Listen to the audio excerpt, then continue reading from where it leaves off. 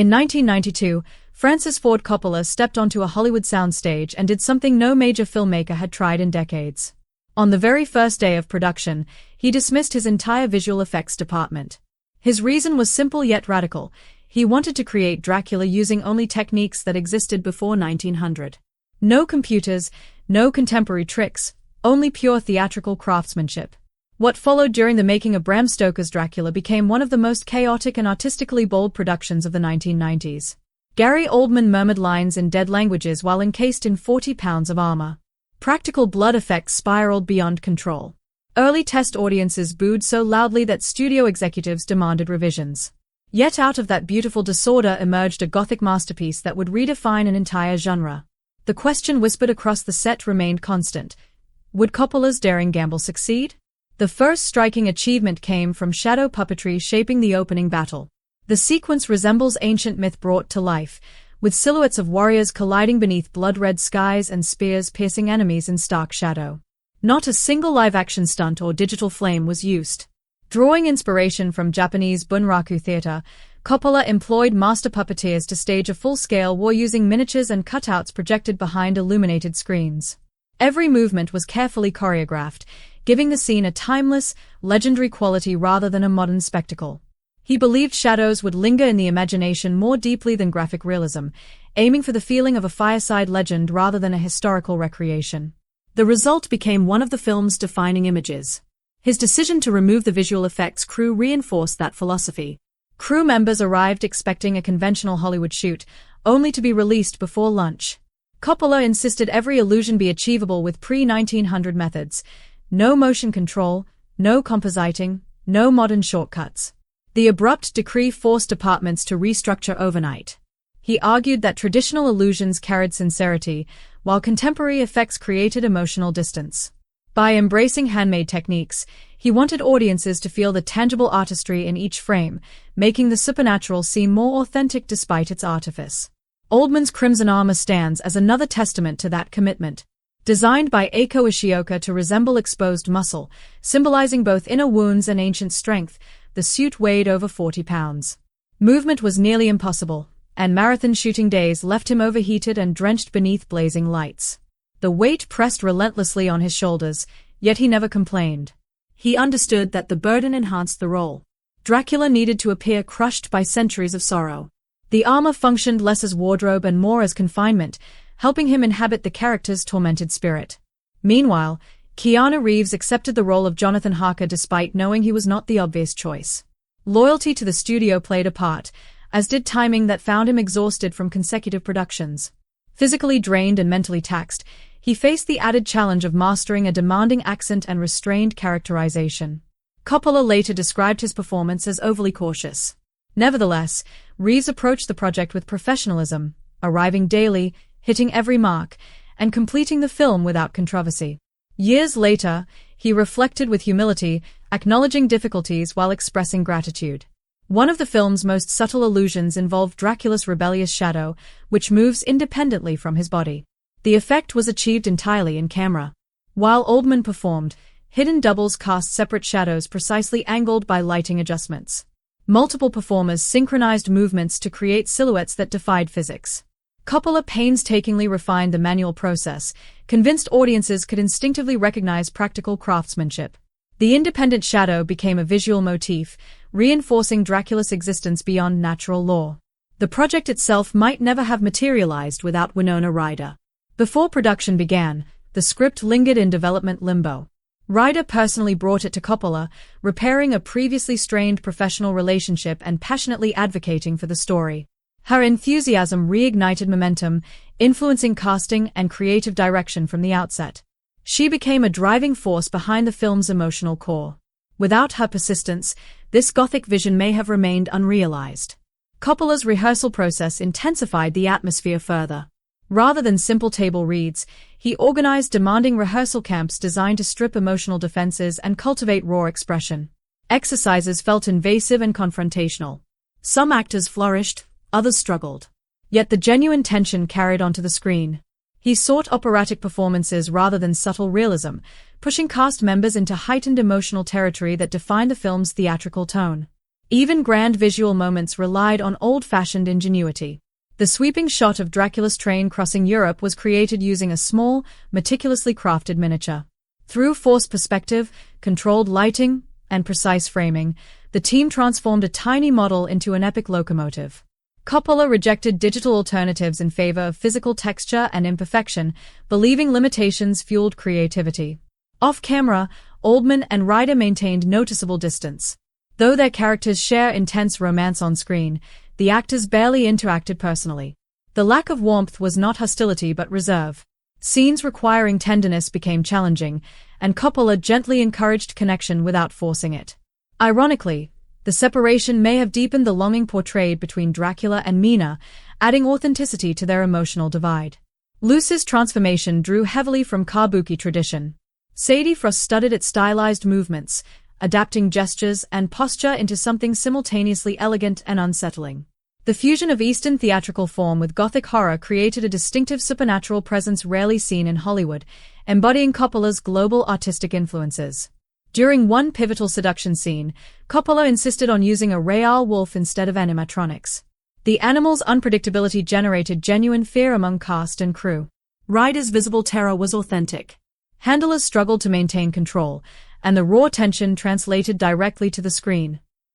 Coppola believed true danger could be felt by audiences, and the scene's unsettling quality reflects that belief. The vampire brides achieved their unnatural fluidity through reversed filming. Actresses performed movements backward, and the footage was flipped during editing. When played normally, gestures appeared eerily smooth and physically impossible. The method demanded careful choreography and continuity, but it created supernatural horror without digital manipulation. Finally, practical blood effects escalated into chaos. Hundreds of gallons were used, with tubing systems frequently malfunctioning and drenching performers unexpectedly. Sets became slick and hazardous. Costumes required constant replacement. Particularly during Lucy's transformation and the climactic finale, blood flowed so heavily that crew members struggled to stand. Coppola embraced the disorder, holding firm to his belief that horror must feel tangible, messy, and uncontrolled. Sanitized violence held no appeal for him. He wanted viewers to experience the raw, overwhelming presence of blood, to feel submerged in it just as the characters did. Each day, the crew adjusted to unpredictable circumstances, quickly learning that chaos was part of the process. Practical effects brought real-world complications, but they also delivered a texture and authenticity that digital methods could never match. Number 14. Oldman's multilingual whispering. Gary Oldman didn't simply portray Dracula. He crafted an entirely distinctive vocal identity for the character. His performance incorporated fragments of multiple languages, forming something that felt ancient and impossible to geographically place. Oldman murmured in archaic tones and mythic rhythms, weaving Romanian, Latin, and other linguistic influences into a chilling soundscape. His intention was to make Dracula seem centuries old, as if he had absorbed languages long vanished from everyday speech. Francis Ford Coppola guided him through countless variations, testing different textures and cadences.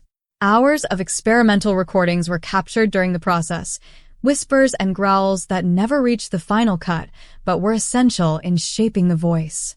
This multilingual approach gave Dracula a deeply otherworldly presence, reinforcing his mystery. Language itself became part of his supernatural aura. Number 15. Blue flame from old stage magic. The glowing blue fire that guards Dracula's castle radiates supernatural energy, marking the threshold between the human world and something far darker. While modern viewers might assume computer-generated imagery, the reality was far more refined. Coppola achieved the effect using theatrical illusions dating back to the 19th century. Smoke effects, color gels, and precisely filtered lighting produced the luminous glow without digital intervention. The method was borrowed directly from Victorian stage traditions, where magicians employed similar tricks to astonish audiences. The flame also carries symbolic meaning rooted in Eastern European folklore, where mystical lights guide travelers toward otherworldly realms. Coppola favored these antique techniques over CGI because they felt tangible. The craftsmanship shimmered in every flicker. The blue flame ultimately symbolized the film itself, old artistry creating fresh wonder. Number 16. Cast endured full novel read-through. Most productions begin with a brief script reading lasting only a few hours. Coppola demanded something much deeper. He insisted the entire cast read the original novel aloud together in one extended session. The experience became both ritualistic and exhausting, lasting an entire day. Each actor took turns reading passages, collectively journeying through every chapter of Stoker's gothic narrative. The exercise forged shared emotional ground and immersed everyone in the original voice of the story. That collective intensity carried into filming. Performers often reference specific moments from the book during scenes, drawing from that deep immersion. Coppola believed that understanding the spirit of Stoker's vision was essential, not to duplicate it exactly, but to honor its essence. That marathon reading laid the groundwork for everything that followed. Number 17. Reeves' extreme on-set weight loss. Physical transformations in acting are often intentional, but sometimes they occur unexpectedly. During filming, Keanu Reeves lost nearly 15 pounds, not through deliberate preparation, but due to exhaustion and relentless scheduling. Night shoots stretched on without relief, and emotional strain intensified the physical toll.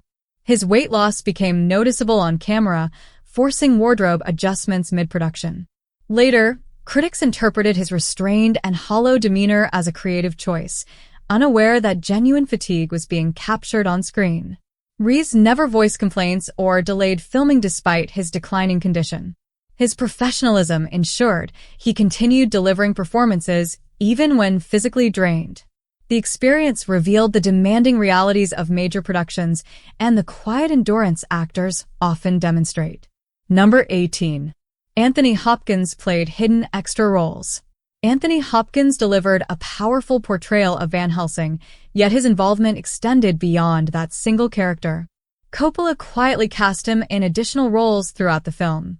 Hopkins appeared as the priest in the prologue and embodied other subtle figures, creating a recurring spiritual presence. Coppola used him symbolically, positioning him as a consistent moral force at crucial moments. Hopkins embraced the opportunity, enjoying the chance to contribute without extra recognition. These discreet appearances formed a thematic thread most viewers did not consciously detect. Fans eventually uncovered the secret through repeated viewings and behind-the-scenes insights. The hidden roles highlighted both Hopkins' generosity and Coppola's layered storytelling. Number 19. Roman Coppola's secret rig designs. While Francis directed, his son Roman Coppola worked behind the scenes solving complex mechanical challenges. Roman engineered many of the rigs responsible for Dracula's unnatural movements. Using gears, pulleys, and handcrafted devices, he improvised solutions, often constructing mechanisms overnight when conventional techniques failed. His creativity defined the film's surreal physicality, allowing Dracula to glide, twist, and move in unnatural ways. Though rarely acknowledged publicly, his problem-solving skills became legendary among the crew. When something seemed impossible to achieve practically, Roman found a solution. His contributions proved innovation does not require digital tools, only imagination, technical knowledge, and persistence. The project became a true family collaboration. Number 20. Scenes lit only by candlelight. Modern cinema depends on powerful electric lighting systems, yet Coppola rejected them for crucial scenes. Several interiors were illuminated solely by candles, torches, and open flames. This choice created a warm, painterly aesthetic authentic to the period. It also forced cinematographers to overcome enormous exposure challenges. Actors had to move carefully within small pools of light to avoid unwanted shadows. Maintaining continuity was particularly difficult, as flames flicker unpredictably between takes. Despite the obstacles, the decision paid off. The candlelit sequences possess a gothic richness that artificial lighting could never replicate. The imagery resembles moving paintings, each frame glowing with amber tones and shifting shadows. Number 21. Dracula's lost narration recordings. Oldman devoted hours in recording sessions creating narration that was ultimately removed. He recorded extensive voiceovers intended to frame the story from Dracula's emotional perspective. The material revealed vulnerability and centuries of sorrow. Coppola admired the recordings but realized they introduced a problem. They made Dracula sympathetic too early. Audiences needed to fear him before understanding his tragedy. Most narration was eliminated, though fragments remain in the final film. Those discarded recordings represent an alternate version of the story, one that might have reshaped how viewers perceived the character. Removing them proved to be a wise choice, yet they remain a fascinating insight into the film's evolution. Number 22. Mina's lover's kiss was improvised. Some unforgettable cinematic moments arise spontaneously. The tender memory kiss between Mina and Dracula was never scripted. During an emotionally charged scene, Winona Ryder and Oldman improvised the kiss, allowing their characters' connection to guide the moment. Coppola recognized the authenticity unfolding and kept filming. The gesture added unexpected depth and tenderness to their relationship.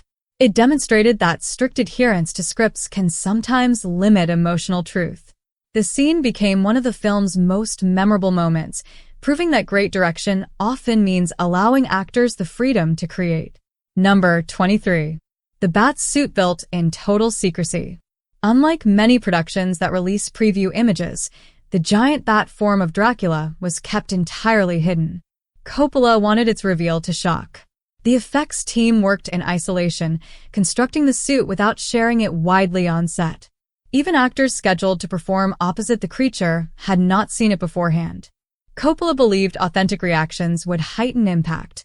When the bat finally appeared, cameras captured genuine surprise and discomfort. The design became one of the film's most haunting visuals, disturbing, sensual, and alien. The secrecy underscored Coppola's theatrical instincts, recognizing that mystery intensifies revelation. Number 24. Test audiences rejected the ending. Early test screenings reportedly ended with negative reactions. The original conclusion differed significantly from the theatrical version. Studio executives pressured Coppola to revise the final sequence. He faced a challenging decision: protect his original vision or respond to audience feedback. Ultimately, he adjusted the ending, striking a balance between artistry and emotional resonance. The revised conclusion proved essential, becoming one of the film's defining elements. The experience illustrated that collaboration between filmmakers and viewers can strengthen a story rather than diminish it. Number 25. Film sparked a gothic revival boom. Bram Stoker's Dracula achieved more than commercial success. It ignited a widespread resurgence of gothic aesthetics, Victorian romance, and vampire storytelling. Its influence spread into music videos, where artists embraced its opulent visual style. Fashion designers reintroduced corsets and dark romantic elements onto global runways. Dark fantasy storytelling flourished across literature, television, and cinema, drawing inspiration from Coppola's operatic style and lush imagery. Decades later, its visual language continues to shape modern vampire and gothic narratives. Coppola demonstrated that classical theatrical grandeur could feel vibrant and contemporary. The film evolved beyond entertainment. It became a cultural movement. Coppola's bold gamble succeeded, beyond expectations. By rejecting modern digital technology in favor of century-old theatrical methods, he created a gothic masterpiece unlike anything else in cinema. Shadow puppetry, independent shadows, reversed motion, candlelit compositions, every frame carries handcrafted artistry. The production was intense and demanding. Oldman endured 40 pounds of armor. Ryder performed alongside real wolves. Early audiences resisted what they saw. Yet from that demanding process emerged a film that sparked a worldwide gothic revival and influenced artists across multiple disciplines. If you enjoyed uncovering these behind-the-scenes details, consider liking and subscribing for more cinematic insights. Which revelation surprised you the most? Share your thoughts below.